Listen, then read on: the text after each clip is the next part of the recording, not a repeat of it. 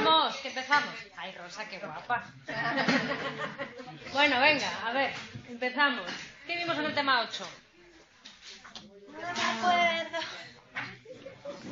¿Qué vimos en el tema 8, rapaces? Venga, centrémonos. Muy bien, el desarrollo del sistema nervioso. Desde que un individuo es concebido, solo me tenéis que dar así un impulso, yo ya sigo, ¿vale? Hasta que nace, cómo se van formando las estructuras, cómo van naciendo las células, cómo las células se van colocando en sus sitios finales, cómo se establecen las conexiones con los vecinos, cómo se remodelan esas conexiones, ¿vale? Hasta llegar a un individuo listo para nacer. ¿Bien? Vale, recordad que en el tema 8 vais a tener que estudiar dos cosas separadas: la formación de las estructuras y el nacimiento de las células, ¿vale? Perfecto. ¿Qué es lo que vamos a ver en el tema 9, que es este que nos ocupa ahora? Cómo se desarrolla ese sistema nervioso, pero no desde que nosotros como seres humanos somos concebidas, sino cómo el desarrollo del sistema nervioso ha cambiado a lo largo de distintas especies, ¿vale? Eso es lo que se llama filogenia del sistema nervioso. Entonces, ¿qué es lo que nos vamos a encontrar aquí? Que va a haber estructuras que han ido cambiando de una especie a otra en función del repertorio conductual de cada una de las especies. Si yo soy una especie, por ejemplo, os pongo el caso, que soy ciega, como pueden ser los topos, ¿vale?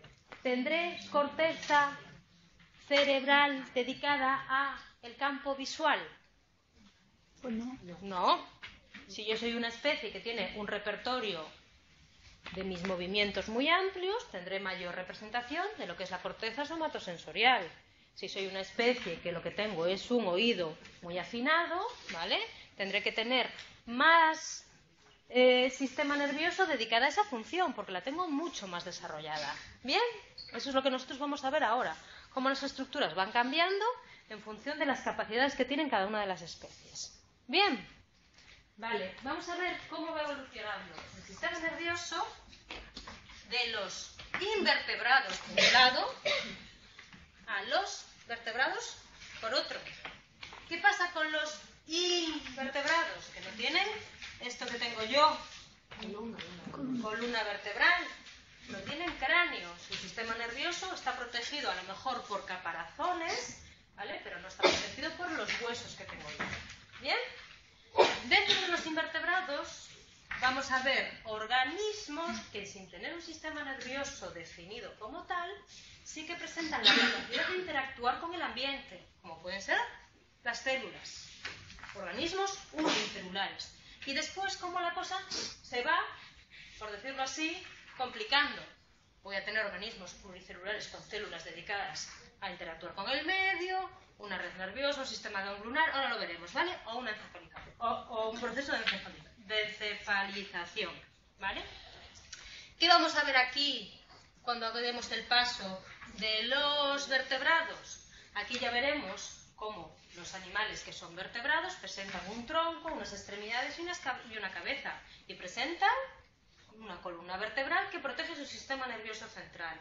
Entonces, los cambios que vamos a ver en el sistema nervioso de los vertebrados, ¿vale? Esto lo vamos a mantener en el sistema nervioso de todos los vertebrados: polarización rostrocaudal, especialización funcional dorsoventral y extremo rostral subdividido en el céfalo anterior, medio y posterior. Veremos el cambio en cada una de estas porciones, ¿vale? No vamos a ver todo el sistema nervioso de los vertebrados, va a haber un tronco del encéfalo, ¿vale? Va a haber un hipotálamo. Entonces, ¿qué es donde vamos a notar el cambio? A lo mejor en el tamaño de su hipotálamo, en el tamaño de sus hemisferios cerebrales, ¿vale? No tanto cambio en la estructura general, sino cambios puntuales en las funciones. ¿Bien? ¿Estamos preparados? Vale, pues empezamos con nuestros queridos invertebrados. Dentro de los más básicos de los invertebrados están las células, organismos que no tienen más que un solo elemento, una única célula, ¿vale? ¿Qué pasa con células como pueden ser la Escherichia coli y el Halobacterium salinarum? Que estas células presentan una serie de características que nos permiten inferir que interactúan con el medio ambiente que los rodea. La Escherichia coli, la que tiene los yogures, ¿vale? Presenta flagelos, aquí, que hacen que la bacteria se mueva buscando comida. Y al mismo tiempo tiene la capacidad de recordar las sustancias nocivas y alejarse de ellas. ¿Qué quiere decir? Que tiene memoria. Esto nos está indicando que este organismo unicelular, compuesto por una sola célula, cuyo núcleo está aquí, ¿vale?, disperso, sí que presenta capacidad de interacción, ¿vale?, sí que presenta la capacidad de interactuar. Además de esta, que recuerda la comida y huye de las sustancias nocivas, yo tengo esta de aquí, que responde al estímulo solar, responde a la señal luminosa, ¿vale? Bien, entonces estos son dos organismos unicelulares muy básicos que, sin tener un sistema nervioso propiamente dicho, presentan una interacción con el medio ambiente que les rodea. ¿Qué es lo siguiente filogenéticamente hablando? Que ya no sea una única célula, sino que sean muchas células unidas entre sí. Un organismo, ¿dónde está?, pluricelular.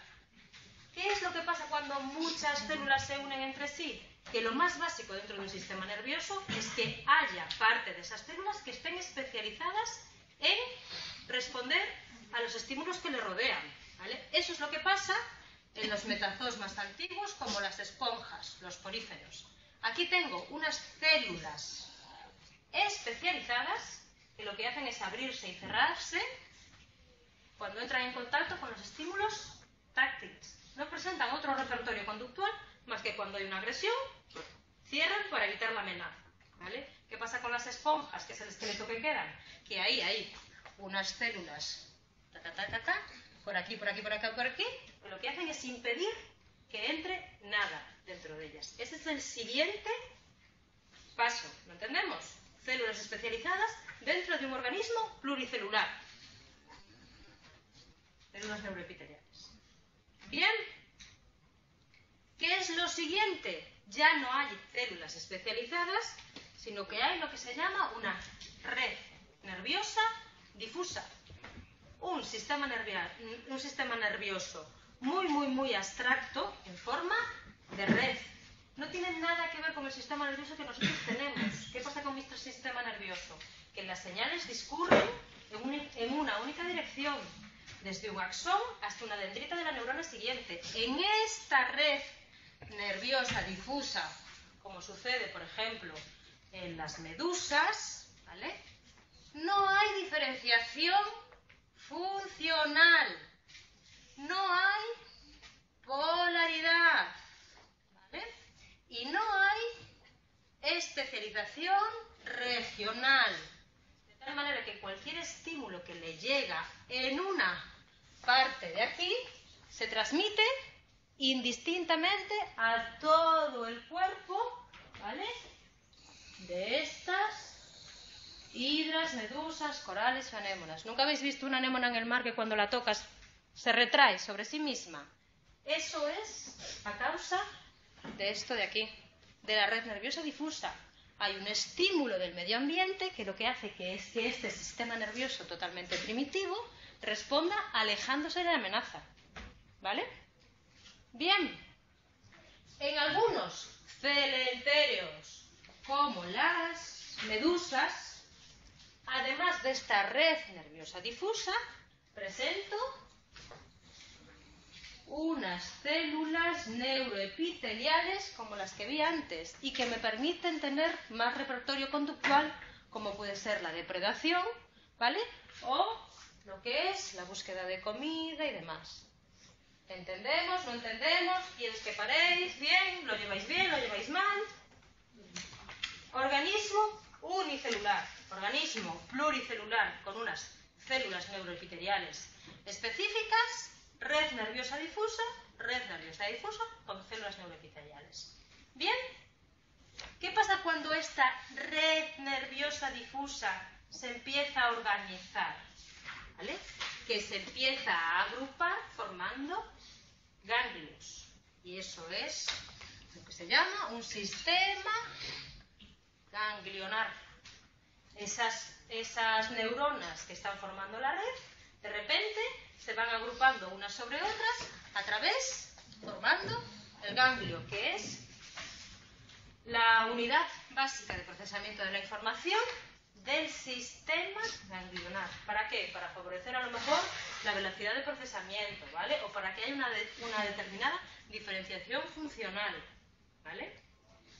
Esos ganglios dentro del sistema ganglionar pueden ir evolucionando y pueden ir dirigiendo unos a otros, formando ganglios. ¿Dónde está? ¿Lo tengo la siguiente? Sí. Ganglios cerebrales o encefálicos, ¿vale? Que dirigen al resto de ganglios que, por ejemplo, pueden estar en las patitas de una lombriz. ¿Qué le pasa, por ejemplo, a esta lombriz? Que yo aquí tendré a lo mejor varios ganglios cerebrales y a lo largo del cuerpo, ¿vale?, tengo ganglios distribuidos que se encargan de mover las patas de la lombriz. Bien, la posibilidad de que haya unos ganglios superiores o cerebrales que dirigen al resto, me están diciendo que la estructura del sistema nervioso está cambiando, dándole prevalencia o dándole más importancia a esto de aquí. ¿Lo veis? Este es el centro que dirige todo lo que va. Y ese es un proceso que se llama encefalización, ¿vale? Como unos ganglios se van poniendo en la parte de la cabeza y van dirigiendo al resto de ganglios que forman parte del cuerpo, ¿vale? La encefalización, os tenéis una cara, ¿vale? ¿Dónde presenta dónde es más visual? En artrópodos y moluscos, donde además de presentar unos ganglios encefálicos, yo tengo especialidad funcional o sensorial. Ya tengo patas, ya tengo apéndices, ya tengo ojos, ¿vale? Apéndices articulados, en artrópodos y tentáculos y moluscos que permiten que ampliar el repertorio conductual. Ya tengo sistema visual. ¿Lo veis? Entonces, aquí en invertebrados, ¿qué es lo que tengo primeramente? Una célula que lo único que permite, el único repertorio conductual que permite es moverse para buscar comida y huir de sustancias nocivas, ¿vale? La siguiente especie filogenéticamente más nueva, ¿qué será? Una esponja que es un organismo pluricelular, que tiene células neuroepiteliales insertadas por todo su exterior, que lo único que hace es impedir la entrada de sustancias nocivas. ¿Qué será lo siguiente? Venga. Una red nerviosa, ¿vale? Esas células que antes solo eran células neuroepiteliales que impedían la entrada de tal, ahora sí que ya empiezan a formar algo parecido a lo que es un sistema nervioso, ¿vale? Ya hay células o neuronas que forman una red, ¿vale? Ojo, no son neuronas entendidas como las que tengo yo, porque mis neuronas transmiten la información de un lado a otro específicamente, o sea, de un axón a una dendrita, ¿vale? Tienen una diferenciación funcional, porque yo tengo neuronas motoras y neuronas sensoriales y demás. Las neuronas de la red nerviosa difusa no presentan bailes de mielina, no presentan diferenciación funcional y aun por encima no presentan polarización, de tal manera que un estímulo en una esquina se transmite a toda la red, ¿vale? Y vosotros pensad en la anémona de mar, que se retrae cuando recibe una estimulación que no espera, por decirlo así. Siguiente paso evolutivo, a esa red nerviosa difusa yo le añado células neuroepiteliales, de tal manera que tengo el mismo sistema nervioso, pero tengo más repertorio conductual, porque a lo mejor soy una medusa que a través de mis tentáculos, ¿vale?, puedo coger comida que me rodea. Bien, vale, siguiente paso evolutivo, esa red nerviosa difusa la voy a organizar, la voy a ir agrupando, voy a ir formando núcleos de esas neuronas.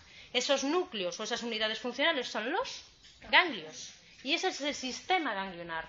¿Qué me permite al tener un ganglio? Pues concentrar la información, concentrar las vías, ¿vale?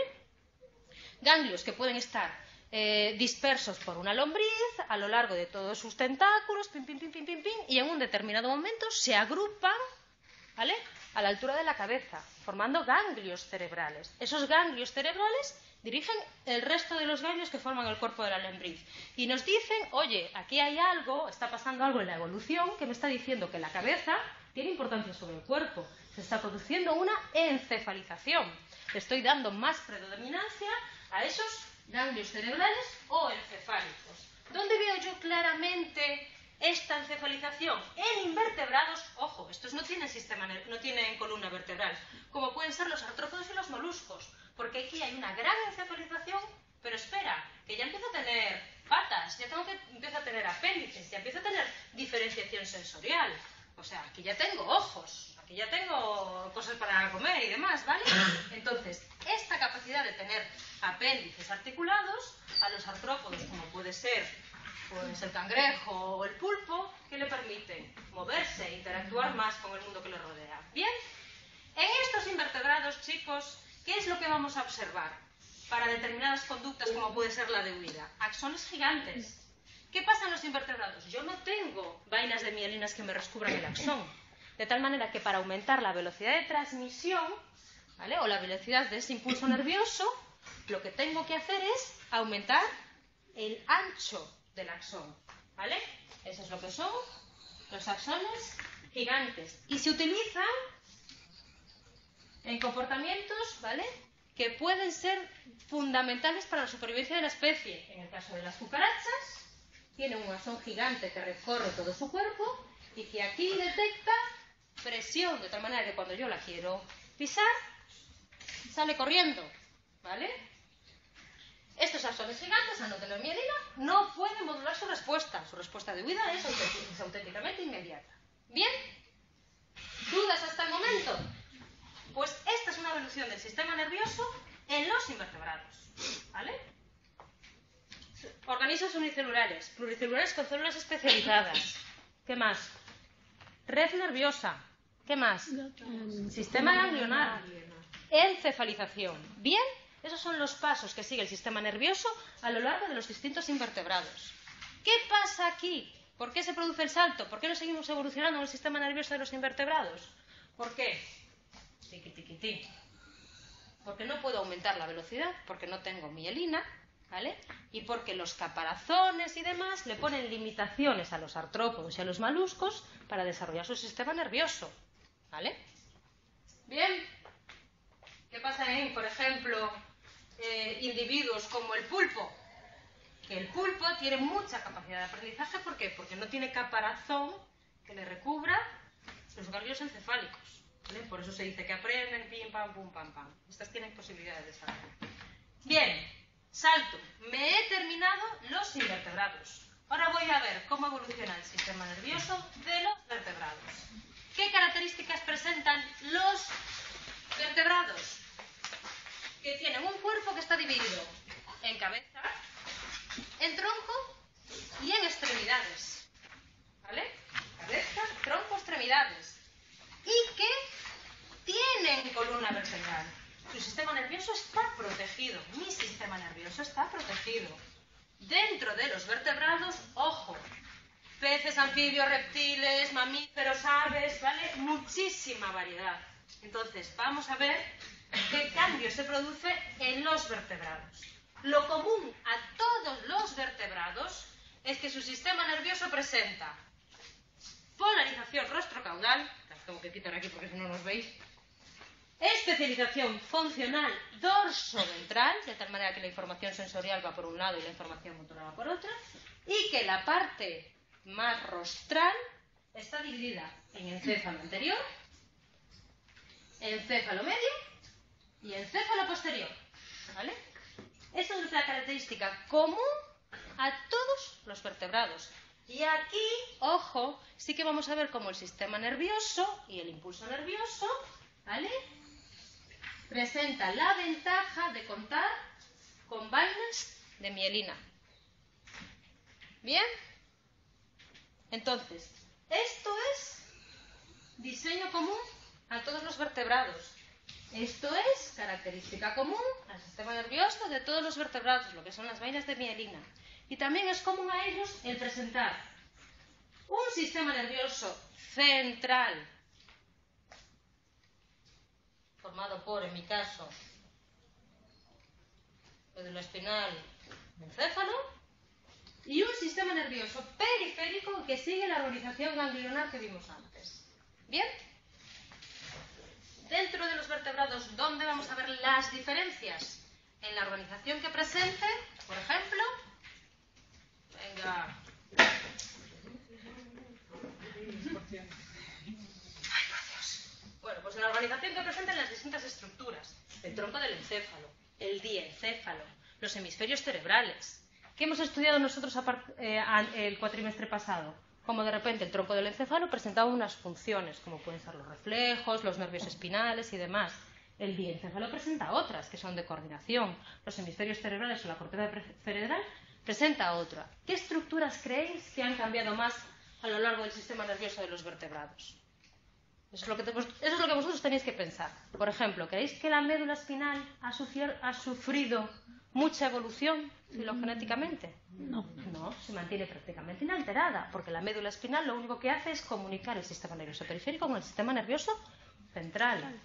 El tronco del encéfalo que yo os decía, ¿creéis que ha cambiado mucho desde especies como por ejemplo pueden ser los peces a como nos somos nosotros los mamíferos, o creéis que se mantiene más o menos inalterado? Bueno, pensarlo, vale, ahora os lo voy a explicar. El diencéfalo, el hipotálamo, ¿vale? ¿Pensáis que ha habido mucho cambio desde, por ejemplo, un pez hasta, por ejemplo, los mamíferos? Sí, Pues eso es lo que tenéis que pensar. ¿Creéis que, por ejemplo, las estructuras de los hemisferios cerebrales han sufrido evolución, han sufrido cambio? Eso es lo que tenéis que pensar. Pensad que también dentro de los vertebrados, como somos nosotros, hay un cambio importante en lo que supone la capacidad de regular el calor corporal, la termorregulación. Eso lo tenemos los mamíferos, pero no lo tienen, por ejemplo, los peces, ¿vale? Eso es lo que nosotros vamos a ver ahora. Entonces, vamos a ver cómo ha cambiado el sistema nervioso de los vertebrados, ¿vale?, en las siguientes estructuras. En lo que es la médula y el tronco del encéfalo, esta parte de aquí. En lo que es el cerebelo, esta parte de aquí. En lo que es el diencéfalo, que lo tengo justo aquí, el tálamo, el hipotálamo y el epitálamo. En lo que son los hemisferios cerebrales y lo que es la corteza cerebral. ¿Os acordáis más o menos la función que tiene cada una de estas estructuras? Pues pensarlo. El cerebelo decíamos que era un centro de control motor, ¿vale?, que realiza las labores de coordinación motor entre las señales que le vienen de arriba y las señales que le vienen de abajo.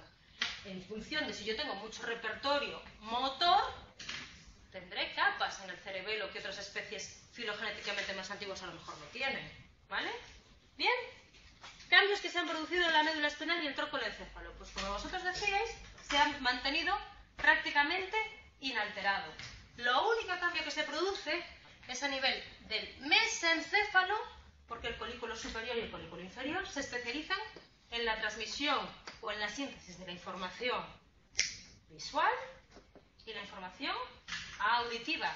¿Qué os decía yo de la especialización en función de las capacidades? Venga, es que me pongo aquí para que lo leáis, ¿vale? Que el colículo inferior se encarga de ¿qué? De que yo sintetice o lleve a cabo mis funciones de estímulo auditivo. De tal manera que animales como las ranas, los murciélagos y las ballenas, que dependen mucho de ese estímulo auditivo para comunicarse, ¿vale?, tendrán sobre representado ese colículo inferior. El colículo superior es el que se encarga, ojo, de tramitar todo lo que son las informaciones visuales, excepto en los mamíferos. Nosotros tenemos nuestra corteza visual en los hemisferios, ¿vale? ¿Qué importancia tendrá esa zona en especies como, por ejemplo, los peces? Porque lo que se encargan es de coordinar la respuesta de huida ante estímulos visuales de amenaza, ¿vale? Entonces, tronco y lo que es médula espinal se mantiene prácticamente inalterado, salvo adaptaciones puntuales, ¿vale?, en función de la especie. Siguiente paso, cerebelo. Cerebelo como centro que tiene una gran importancia a la hora de coordinar las funciones de tipo motor, ¿vale? Y ahí voy a ver tres estructuras o tres partes dentro del cerebelo en función de su antigüedad. Tendré arquicerebelo, que es esta zona de aquí y este lóbulo de aquí. Se ve fatal, pero bueno, a ver si podéis mover un poco esa cortina para que no se vea tal, ¿vale? Esta zona de aquí y esta zona de aquí. No, no pasa, no es para que lo mováis un poco y que no refleje, si no, no ves. No, es esa de ahí, ¿eh? No te preocupes, Vivian. ¿Vale? Chicos, no pasa nada, me pongo yo, ¿vale? ¿Qué pasa con este arquicerebelo? ¿Veis cómo es la estructura del cerebelo que está más pegada a la médula espinal, más pegada al tronco. Entonces, lo que está más en el medio es lo más antiguo. De tal manera que el arquicerebelo es la estructura más antigua de mi cerebelo. No pasa nada, déjalo, ¿vale? Siguiente estructura del cerebelo, el paleocerebelo, ¿vale? Que es esta zona de aquí, que está de color rojo, ¿vale? Esta zona se desarrolla porque hay especies que necesitan un movimiento más preciso. Por ejemplo, el movimiento del tronco de los peces en la natación, ¿vale? La coordinación motora, por ejemplo, que requieren los peces para poder moverse en el agua. ¿Qué pasa con la especie filogenéticamente siguiente, con la especie más nueva? Que esperamos que su paleocerebelo esté más representado, que no, que hay una disminución del paleocerebelo, pero ¿debido a qué? Debido a que se produce un salto del agua a la tierra. ¿Vale? Entonces cambia la posibilidad de moverse, ¿vale? Por ejemplo, las salamandras y los tritones, ¿vale? Por último, la estructura que se conoce como neocerebelo, que es esta verde de aquí, ¿vale? Es la más nueva, es la que se pone después, ¿vale? Es la capa de externa, la que recubre a esas demás, con lo cual, de tal manera que tendrá que ver con ¿qué? Con las capacidades motoras que como especie adquirimos más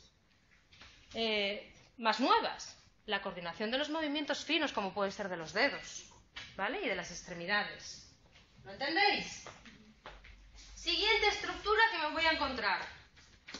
Diencéfalo. ¿Qué estructuras habíamos visto en el diencéfalo? El hipotálamo, el tálamo, el epitálamo y el subtálamo. ¿Os acordáis de todo esto y de dónde están situadas? ¿Vale? Ojo, el hipotálamo es la parte más desarrollada del diencéfalo. ¿En dónde? En peces y anfibios. ¿Pero por qué está la más desarrollada en peces y anfibios? Porque otras regiones tienen menor desarrollo que él, ¿vale? ¿Por qué quiere decir que... ¿Por qué discrimino esto? ¿Por qué quiere decir que en peces y anfibios está el hipotálamo muy desarrollado, pero porque tiene otras estructuras menos desarrolladas todavía? Porque la función principal del hipotálamo es la termorregulación. Entonces, ¿dónde estará más representado el hipotálamo?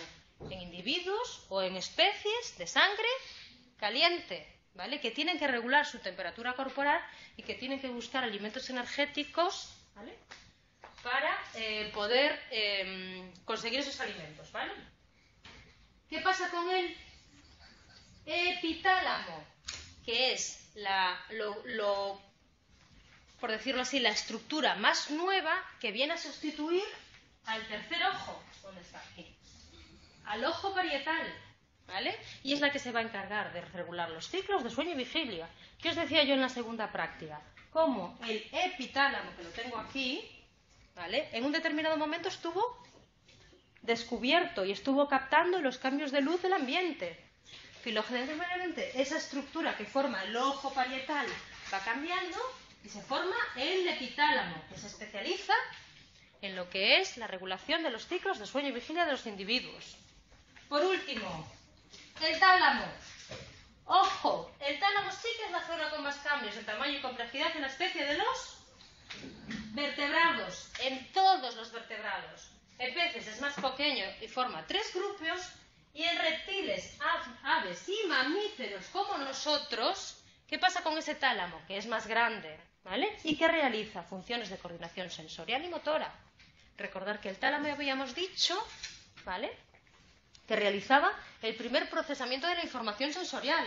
Era el que actuaba como policía diciendo que la información visual fuese a un lado y la información sensorial al otro, ¿vale? Entonces, en todos los vertebrados, ¿vale?, en especies como los peces, el tamaño del tálamo es mínimo, ¿vale? ¿Dónde estará más desarrollado? En mamíferos como nosotros, ¿vale? Por eso se produce semejante cambio en el tálamo en la evolución de los vertebrados. ¿Lo entendemos? ¿No lo entendemos? ¿Sí? Última estructura que nos queda. Los hemisferios cerebrales. Aquí sí que es competencia directa de lo que son Los mamíferos, que es cuando los hemisferios cerebrales crecen y cubren otras estructuras. Venga, dale.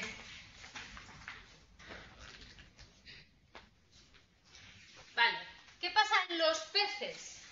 ¿Vale?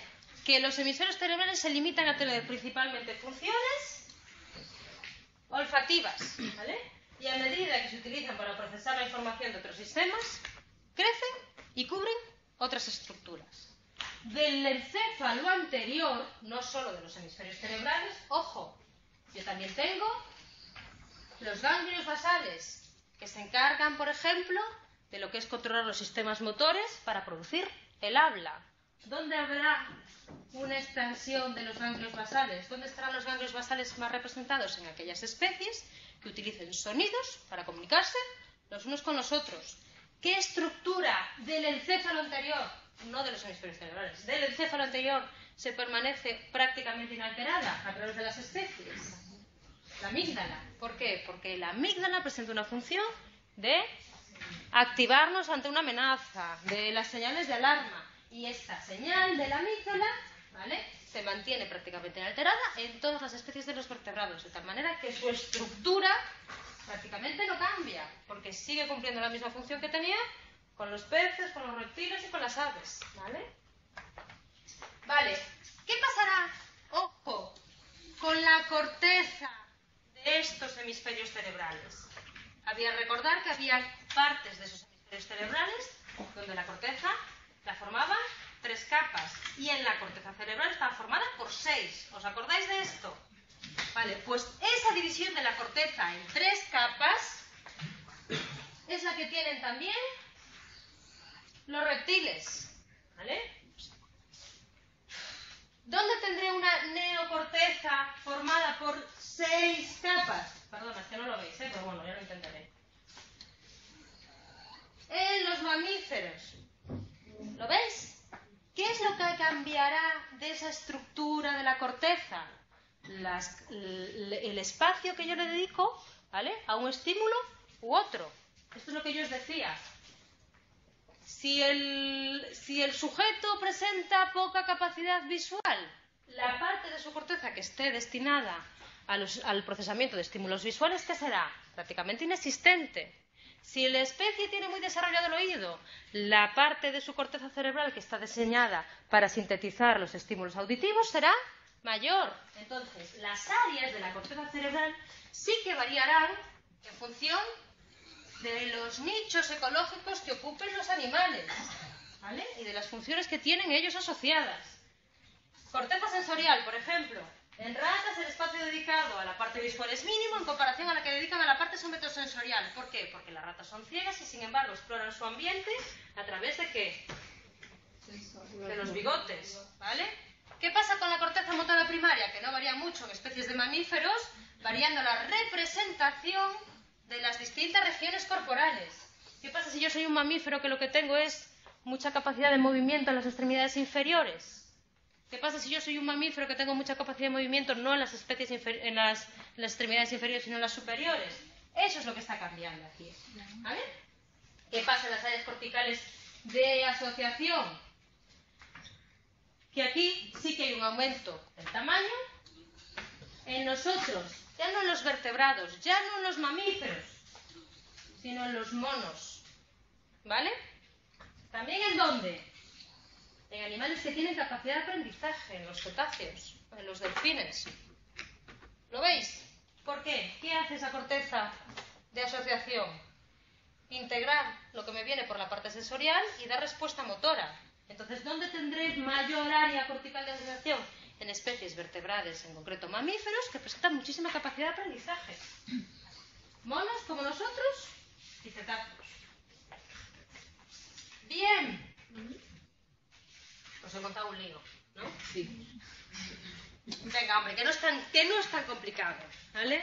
Recordad, ¿qué fue lo que vimos? Estamos viendo cómo está cambiando mi sistema nervioso. Mi sistema nervioso, no como individuo, sino mi sistema nervioso como a través de distintas especies, ¿vale? Porque la configuración que yo tengo como mamífero no implica que haya otros organismos que presentan su propio sistema nervioso y que presentan su propia capacidad de interacción con el medio ambiente. Lo más básico, una célula que se mueve.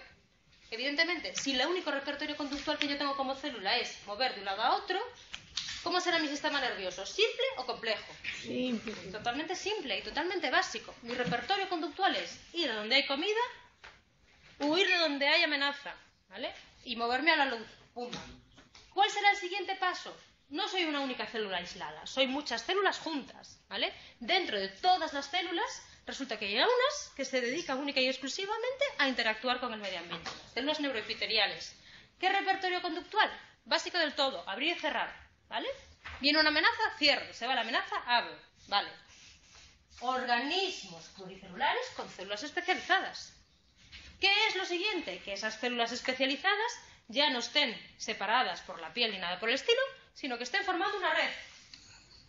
Red nerviosa difusa, con todas las características que habíamos visto, ¿vale? No presentan vainas de mielina, pim, pam, pum, pam, pam, ¿vale? Lo siguiente, esta red nerviosa difusa se organiza, se agrupa en ganglios. Y lo siguiente, estos ganglios empiezan a jerarquizarse. Y hay unos ganglios que son cerebrales o encefálicos que mandan sobre los otros. Encefalización. ¿Bien?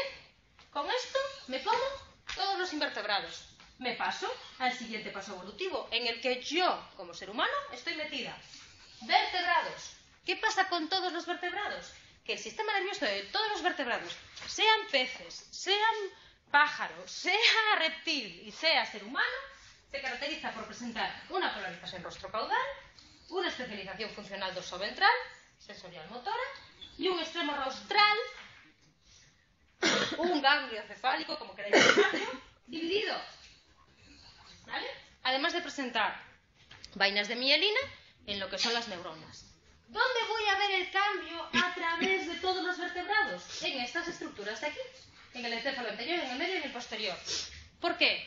Porque yo veré si hay cambios en la médula espinal, que ya vemos que prácticamente inexistentes, en el tronco del encéfalo, que ya veremos que son adaptaciones puntuales y demás.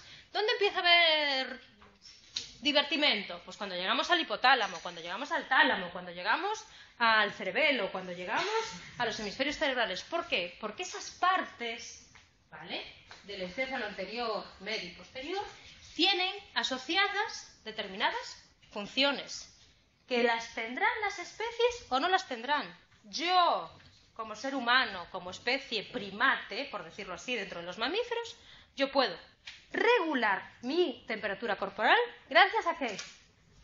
Al hipotálamo, de que tengo muy desarrollado. Ojo, ojo, que no crea confusión, porque el hipotálamo también está muy desarrollado en peces, aunque no sean capaces de regular su temperatura corporal. ¿Pero eso por qué es debido? A que otras estructuras que rodean el hipotálamo tampoco están desarrolladas. Entonces, ¿cuál es la principal función del hipotálamo? Regular mi volumen corporal. Ojo, yo, como ser humano, mamífero, primate, que tengo también muy desarrollado el tálamo, en comparación con especies vertebradas filogenéticamente más antiguas que yo. Ojo, yo, como ser humano, primate, también tengo muy desarrollado la corteza cerebral y, en concreto, áreas de la corteza cerebral que se encargan de asociar, de meter el estímulo sensorial y la respuesta motora, ¿vale?, de hacer conexiones. ¿Lo entendemos? Pues este es el cambio que se ha producido aquí en los vertebrados. No tanto en esto de aquí, sino en las subdivisiones de cada uno de las partes del encéfalo. ¿Bien? Vale, ¿qué estará afectando que una estructura, que una especie tenga el encéfalo más o menos grande y demás? Vale, pues, desarrollo del encéfalo, ya no me estoy limitando a vertebrados e invertebrados. De cualquier especie dependerá de una serie de factores.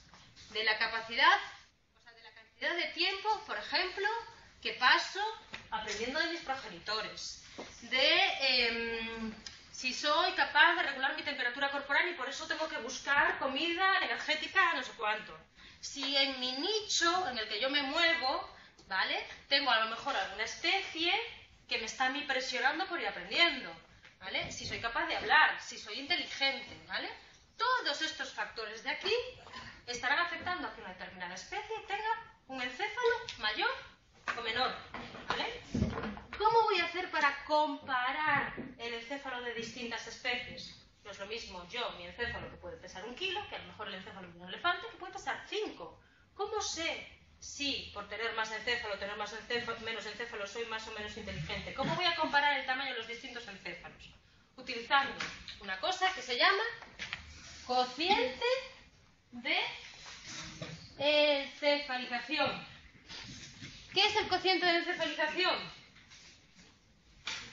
Con el fin de tener una escala común para poder comparar el tamaño encefálico de distintas especies, independientemente de su peso corporal, se habla de cociente de encefalización. ¿Vale? El cociente de encefalización es el resultado que tengo de dividir el peso medio del encéfalo de una especie por el peso que cabría esperar de su peso, el peso que cabría esperar según su peso corporal. Tenéis que tener en cuenta que el tamaño del encéfalo de una especie depende parte del tamaño que tiene esa especie, ¿vale? Bueno, ahí está mal, ¿vale? Entonces, si yo tengo mi encéfalo, que el tamaño del encéfalo también depende del tamaño que yo tengo como individuo o como especie, ¿cómo voy a comparar mi encéfalo con el que puede tener, por ejemplo, una hormiga, o con el que puede tener un delfín, o como el que puede tener, yo qué sé, un mono, o como el que puede tener un elefante, ¿vale? ¿Cómo voy a hacer para saber, ¿vale?, si hay estructuras neurales de más que puedan servir para un posible aprendizaje de esa especie? Para poder compararlas, existe el cociente de encefalización, ¿vale? Que es el resultado de dividir el peso medio del encéfalo de una especie determinada en función del que cabría esperar según su peso corporal. ¿Qué nos están indicando cocientes de encefalización mayores de 1? Nos está indicando que hay tejido neural que no está utilizado, ¿vale?, en función del tamaño de ese animal, con lo cual hay tejido neural extra que le puede permitir a ese animal aprender, ¿vale? Imaginaros que yo encuentro que el peso medio del encéfalo de un mono es 1,5 kilos, pero resulta que por su tamaño corporal, ese mono o ese encéfalo de ese mono debería pesar 1 kilo. ¿Qué me está diciendo ese cociente de encefalización? Me está diciendo que hay más estructura del sistema nervioso, más neuronas, ¿vale?, de las necesarias para mover ese cuerpo. ¿Qué me está diciendo? Que esa especie tiene tejido neural extra que podría estar utilizando para aprender, para evolucionar, lo que sea. ¿Lo entendéis? ¿Vale? Esto es lo que me permite el cociente de encefalización. Comparar el encéfalo de un organismo con el de otro. Bien, ¿qué estará afectando a el desarrollo de los encéfalos que veíamos hasta el momento? Pues por un lado, está afectando o está influyendo las estrategias evolutivas. Y aquí discrimina entre dos tipos de estrategia evolutiva: la selección tipo R, la selección tipo K. ¿Vale? ¿Qué pasa con la selección tipo R? Que la tienen especies que tienen muchos descendientes pero que requieren muy pocos cuidados. ¿Qué pasa con las tortugas? Que de repente una tortuga pone 500, 600 huevos y se olvida de ellos, ¿vale? Eso es una especie que tiene una estrategia evolutiva tipo R. ¿Qué pasa con las estrategias evolutivas o con la selección tipo K? Que la tienen especies que tienen muy pocos descendientes que requieren muchos cuidados, como por ejemplo nosotros, como por ejemplo los delfines, ¿vale? Pocos descendientes, muchos cuidados, ¿vale? ¿Qué pasará con una selección tipo K o con una estrategia tipo K? Que lo que está fomentando son periodos muy largos de aprendizaje entre los progenitores y sus descendientes, ¿vale? Y estarán favoreciendo mayores desarrollos neuronales, mientras que la selección R promueve aprendizajes deterministas y poco plásticos que no necesitan encéfalos, ¿vale? De tal manera que una selección tipo K estará favoreciendo el desarrollo del encéfalo de una determinada especie. Bien, siguiente factor que puede estar afectando el tamaño de una determinada especie: factores fisiológicos, ¿vale? Habíamos visto cómo la termorregulación había supuesto el incremento del tamaño de una parte en concreta del encéfalo, como puede ser el hipotálamo, ¿vale? Siguiente factor que puede estar afectando al tamaño del encéfalo de una especie. Factores ecológicos, como puede ser, ojo, cuanto más viva, mayor posibilidad tendré de aprender. Si yo tengo que discriminar, por ejemplo, la fruta en su función de su punto de maduración, tendré que tener mayor capacidad mental para discriminar cuándo está madura y cuándo no. Si yo, en mi nicho ecológico, tengo una especie que me está dando por culo, pues tendré que buscarme la vida para poder escapar, ¿vale? Todo esto, todos estos factores ecológicos, estarán haciendo que yo utilice mi encéfalo. ¿Lo entendéis? Vale, ¿qué pasa si soy una especie, ojo, que tengo interacciones sociales y que juego entre los miembros de mi especie? Que tengo que aprender a interpretar lo que me está diciendo la persona que tengo delante. Estará favoreciendo que yo desarrolle mi encéfalo. ¿Qué pasa si yo soy una especie que tengo posibilidad de aprendizaje, tengo inteligencia? Ojo, tendré mayor capacidad de desarrollo, ¿lo entendéis? Todos estos factores estarán favoreciendo que una especie, ¿vale?, le crezca el encéfalo, por decirlo así de alguna manera, ¿vale? ¿Qué pasará dentro de los homínidos? ¿Qué pasará dentro de nosotros? Me quito los vertebrados, me quito los peces, me quito las gallinas, me quito los monos, los monos no, ¿vale? Me quito los reptiles. Y ahora me voy a centrar nosotros exclusivamente como especie, como monos, ¿vale? ¿Qué nos ha pasado a nosotros como homínidos? ¿Qué ha pasado con nuestro encéfalo desde que fue el primer primate, el eslabón perdido, como queréis llamarlo, ¿vale? Ha habido un cambio. ¿Veis cómo ha evolucionado el encéfalo? Nuestro encéfalo ha crecido, ha aumentado de tamaño. ¿Qué otro mito tengo en mi encéfalo como homínido? Un aumento de mis lóbulos frontales. ¿Qué están permitiendo hacer mis lóbulos frontales? El freno, la planificación, la capacidad de postergar la gratificación. Todo esto lo hacen los lóbulos frontales. Esta capacidad la tengo yo como ser humano. ¿Vosotros veis a un chimpancé postergando la gratificación? No. ¿Vosotros veis a un chimpancé? No. Este autocontrol, ¿vale?, es el que tengo yo ahora, en este estado de aquí, ¿vale? ¿Qué cambios se han producido o han facilitado que todo eso se produzca? El hecho de que yo mantenga mis capacidades o mis características juveniles durante más tiempo. La neotenia, ¿vale? El mantener las capacidades juveniles durante más tiempo permite hacer cambios en la morfología del sistema nervioso. Soy más plástico, tengo más posibilidad de cambiar. ¿Bien? Yo como especie, ¿qué hitos han favorecido que yo tenga ese desarrollo cerebral? La capacidad de utilizar instrumentos, ¿vale?, de cocinar los alimentos, de saber cuándo tengo que comer y cuándo no. Más cambios que se han producido en mí como especie, como mono, para poder tener el desarrollo cerebral que tengo yo ahora. La interacción social, el mayor tiempo de aprendizaje entre los progenitores y sus descendientes. La capacidad ¿de qué? De hablar, ¿vale? Eso es un hito que tenemos nosotros como que los diferencian de los monos. ¿Lo entendéis? Todas estas características anteriores han permitido que yo, como homínido, yo como mono, haya evolucionado. ¿Lo veis? Pues ahora, se acabó el tema, venga. ¡Oh, espera, no os vayáis! A ver, venga, esto lo tenéis fácil. ¿Qué estructura tiene su origen filogenético en el denominado tercero presente en algunos peces, anfibios y reptiles? La pineal, muy bien, rapaces. Venga, atención, pregunta. Un cociente de encefalización superior a 1, ¿qué me está indicando?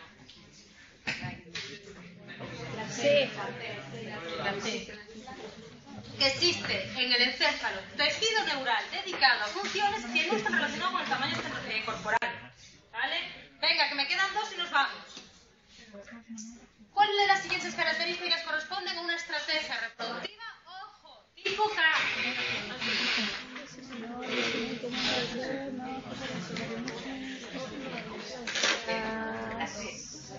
La C. La C. Venga, la última y nos vamos. Venga. Los ganglios cerebrales o encefálicos de los invertebrados controlan el resto de los ganglios metaméricos. Supusieron un gran avance genético para aumentar la velocidad de procesamientos sexuales. Organizan gran parte del comportamiento animal. La segunda y esa hago la puñeta. Venga, a estudiar mucho.